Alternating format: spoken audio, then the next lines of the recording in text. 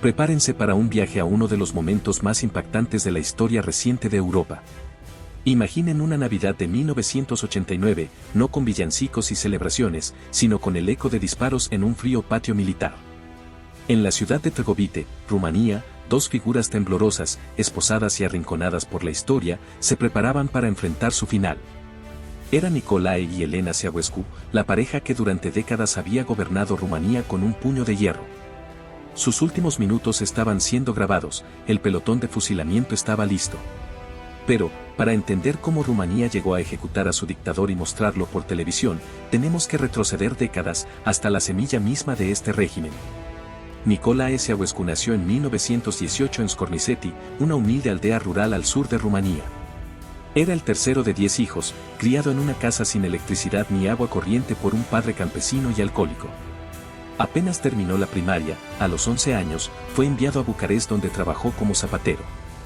Su infancia no fue solo humilde, fue brutal, y esa crudeza lo marcó profundamente.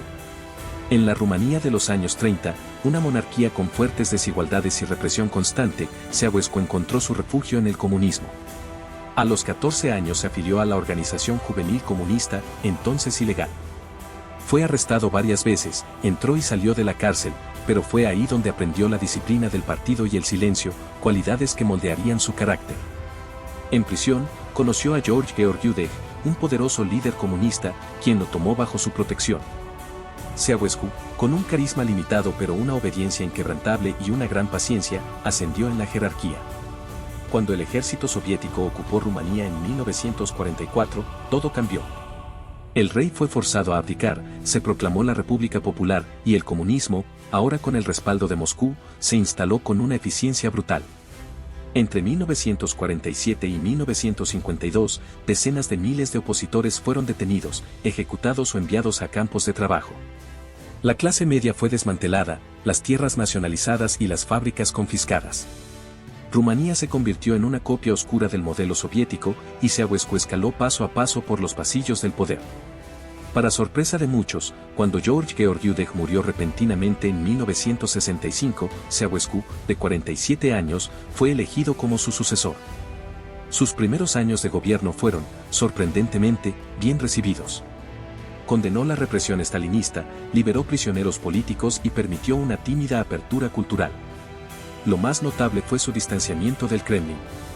En 1968, cuando la Unión Soviética invadió Checoslovaquia para sofocar la Primavera de Praga, Ceausescu fue uno de los pocos líderes comunistas que condenó públicamente la invasión. Lo hizo desde un balcón, ante el aplauso popular, y Occidente lo aplaudió con fuerza. Rumanía fue cortejada por Washington, París y Londres, recibiendo préstamos millonarios del FMI, el Banco Mundial y países europeos. Se convirtió en el comunista bueno, un aliado incómodo para Moscú, pero útil para la geopolítica de la Guerra Fría. Pero esa imagen duró poco. Paralelamente a su política exterior, Ceausescu estaba sembrando las semillas de un régimen de control absoluto. A partir de 1971, tras una visita a Corea del Norte y China, Ceausescu quedó fascinado por los modelos totalitarios orientales. Regresó decidido a consolidar su poder personal e introdujo lo que llamó la nueva revolución cultural. Con ella, el país comenzó a mutar. El culto a la personalidad, el Partido Comunista se subordinó completamente a su figura. Se crearon leyes que obligaban a los medios a mostrar su imagen todos los días. Su biografía fue reescrita, atribuyéndole logros inexistentes. Escuelas, fábricas, plazas y hospitales comenzaron a llamarse Ceausescu. Elena Ceausescu, su esposa, Elena, fue impuesta como vicepresidenta del Consejo de Estado. A pesar de no tener formación científica real, fue nombrada académica, inventora y doctora en química. Todo era falso, pero nadie podía contradecirla. Supresión de la disidencia, el Parlamento aprobaba leyes por unanimidad, y los sindicatos eran una fachada. La televisión transmitía su rostro durante horas, y la propaganda era tan omnipresente que hasta el clima parecía obedecerle. Rumanía se convirtió en una monarquía socialista, pero en lugar de una familia real, tenía una familia revolucionaria. Nada de esto habría sido posible sin la Securitate, una de las policías secretas más grandes y crueles del mundo comunista. Se calcula que tenía cerca de 500.000 informantes para una población de solo 23 millones. La Securitate controlaba teléfonos, abría cartas, vigilaba reuniones familiares y reclutaba delatores incluso en escuelas primarias. Había micrófonos en casas y oficinas. Se interrogaba sin orden judicial, y las cárceles estaban llenas de disidentes, artistas, sacerdotes y estudiantes. La tortura era sistemática, pero el peor castigo era el silencio, ser borrado de la vida pública. El objetivo no era solo castigar, sino asegurar que nadie se atreviera a pensar diferente. En 1981, Ceausescu tomó una decisión que sellaría el destino del país: pagar toda la deuda externa a cualquier costo. Para lograrlo, ordenó exportar la mayor parte de la producción agrícola e industrial. Se vendían alimentos, energía y maquinaria, mientras dentro del país la población pasaba hambre, literalmente. Se racionó el pan, la carne desapareció, la electricidad fue limitada y el agua caliente se cortaba semanas enteras. Las estufas eran apagadas por ley, incluso en invierno. Se vivía con 2 horas de televisión al día, siempre controlada. La malnutrición se volvió crónica, la mortalidad infantil aumentó y la natalidad cayó. Sin embargo, la propaganda repetía lo contrario, mostrando cosechas récord, avances científicos y logros irreales. Era un país que mentía para sobrevivir. Paralelamente, Ceausescu impulsó una de las obras más extravagantes de Europa, el Palacio del Pueblo, también llamado la Casa del Pueblo. Un edificio de más de 300.000 metros cuadrados con mármol, oro, lámparas de cristal y escaleras colosales. Para construirlo, se demolieron más de 9.000 edificios históricos, iglesias, sinagogas, barrios enteros. Se destruyó 1/5 del centro histórico de Bucarest, y la gente fue expulsada sin aviso. Todo para levantar un monumento a su propio ego. El palacio fue diseñado para ser más grande que el Pentágono, y lo logró, pero al momento de su finalización, Rumanía era uno de los países más pobres de Europa. En marzo de 1989, un hecho inédito sacudió al régimen. Varios líderes del Partido Comunista Rumano enviaron una carta crítica, conocida como la Carta de los Seis. Fue leída por emisoras extranjeras, marcando la primera vez que la élite del régimen rompía el silencio. Mientras tanto, en Europa del Este, los regímenes comunistas caían como fichas de dominó. En Polonia, el sindicato Solidaridad forzaba elecciones. En Hungría, se abría la frontera con Austria.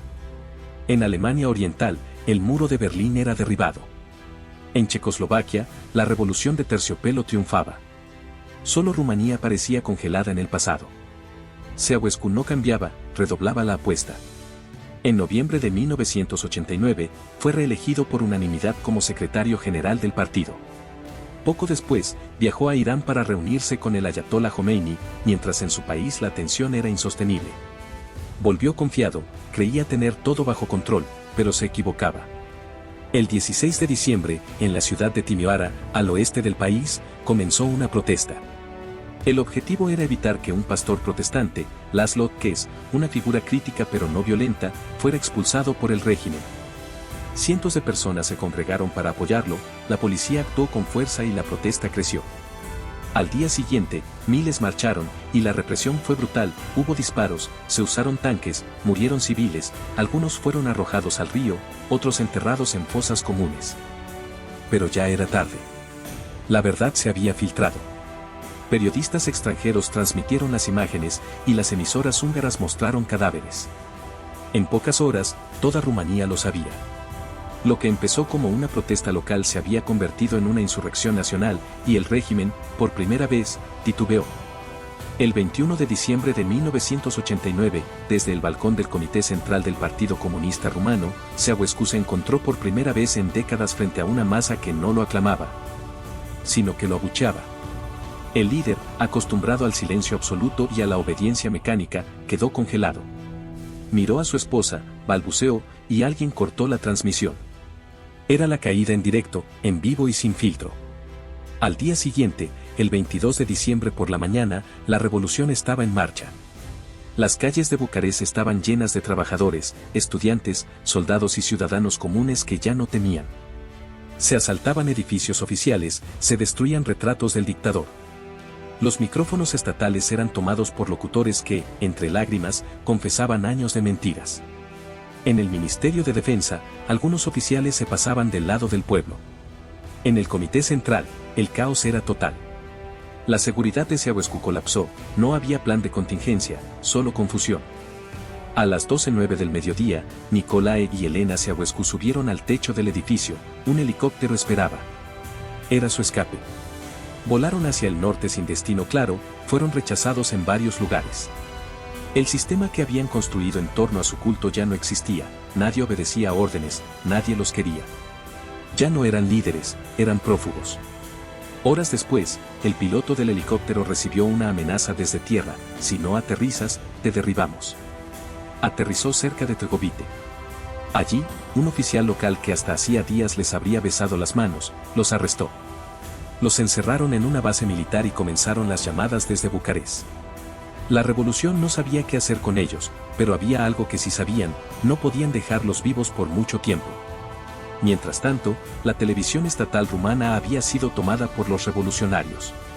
Presentadores, artistas y militares transmitían en vivo durante horas noticias caóticas. Se pedía calma, se denunciaban años de crímenes y se anunciaba la creación del Frente de Salvación Nacional, un nuevo gobierno provisional dirigido por Ion Iliescu, un exfuncionario comunista que había roto con Ceausescu. Los rumores eran constantes, algunos decían que Ceausescu estaba en Moscú, otros que planificaba un contraataque. La paranoia se apoderó del país, se hablaba de terroristas leales al régimen, se disparaba por las noches desde los techos, se escuchaban explosiones, pero nadie sabía realmente quién disparaba. El miedo persistía, aunque el dictador ya no gobernaba, su sombra todavía generaba terror. Y entonces surgió una propuesta: juzgarlo de inmediato, en secreto, y transmitirlo después. Así, el 25 de diciembre de 1989, el día de Navidad, Nicolae y Elena Ceausescu fueron llevados ante un tribunal militar improvisado. El juicio se realizó en la sala de una unidad militar en Trgovite. No hubo defensa real, no hubo jurado, no hubo garantías. Duró menos de una hora. La acusación leyó los cargos: genocidio, subversión del poder del Estado, destrucción de la economía nacional, enriquecimiento ilícito e intento de fuga con fondos del Estado. Los Ceausescu se negaron a reconocer al tribunal, repetían que aún eran presidentes legítimos y se burlaban. Elena insultaba a los jueces, y Nicolae cantó el himno socialista. Negaron todas las acusaciones y reclamaron un abogado, que no obtuvieron. Y entonces llegó el veredicto: pena de muerte para ambos, de forma inmediata. Los Ceausescu fueron sacados al patio trasero del cuartel. Les ataron las manos con cordones de zapatos. Un muro pelado y frío los esperaba. Elena gritaba, Nicolae intentaba mantener la dignidad. Un soldado les ofreció capuchas, pero las rechazaron. A las 14:50 horas, 3 soldados del pelotón dispararon simultáneamente. Usaron rifles automáticos, más de 120 balas fueron disparadas. El cuerpo de Nicolae cayó hacia un lado, el de Elena de espaldas. Un silencio espeso siguió al estruendo. El país acababa de matar a su dictador, pero aún no lo sabía. Todo fue grabado en video por orden del nuevo gobierno. Se usó una cámara soviética de baja calidad, las imágenes eran crudas, mal enfocadas y a veces confusas, pero mostraban lo esencial: el juicio, los gritos, los rostros de un régimen en ruinas. El 26 de diciembre, al día siguiente, la televisión estatal transmitió el juicio y la ejecución. Millones de rumanos lo vieron, algunos lloraron, otros aplaudieron, muchos no supieron qué sentir. Era la primera vez en la historia moderna que un dictador comunista caía con esa rapidez y que su muerte se mostraba así. Lo ocurrido en Trgovite sigue siendo debatido hasta hoy. El juicio fue ilegal por cualquier estándar, no hubo debido proceso, no hubo posibilidad real de defensa. Fue un acto de justicia sumaria camuflado de tribunal. Pero también fue una válvula de escape. La sociedad rumana estaba fracturada, las instituciones colapsaban, había miedo, rabia e incertidumbre. El cadáver de Ceausescu se convirtió en un símbolo, la prueba viva de que el régimen había terminado. Transmitir su ejecución no fue solo un acto de justicia política, fue una operación psicológica, un mensaje brutal: esto se acabó. En los años siguientes, Rumanía intentó reconstruirse, pero el peso del pasado no desapareció con la muerte de un hombre. Miles de archivos de la Securitate fueron desclasificados. Se supo de espionaje entre amigos, traiciones familiares y vidas destruidas. Muchos de los burócratas del régimen se reciclaron en el nuevo gobierno, algunos, como Ion Iliescu, fueron presidentes. El palacio que Ceausescu construyó sigue en pie hoy. Es sede del Parlamento, un monumento al exceso, al delirio y a la memoria difícil. Y la cinta del juicio sigue circulando. Las imágenes de aquel 25 de diciembre de 1989 todavía impactan, no porque muestren sangre, sino por lo que representan, un país empobrecido que, tras décadas de represión, se sacudió el miedo, un dictador que, tras décadas de poder absoluto, terminó frente a un muro de ladrillo. Una revolución transmitida en directo que usó la televisión como arma final. La muerte de Ceausescu no fue el final de la historia, fue solo el primer acto de una transición larga, confusa y todavía incompleta. Pero durante unos minutos, en una sala mal iluminada, con balas y cámaras, la historia pareció tener justicia, o al menos algo parecido.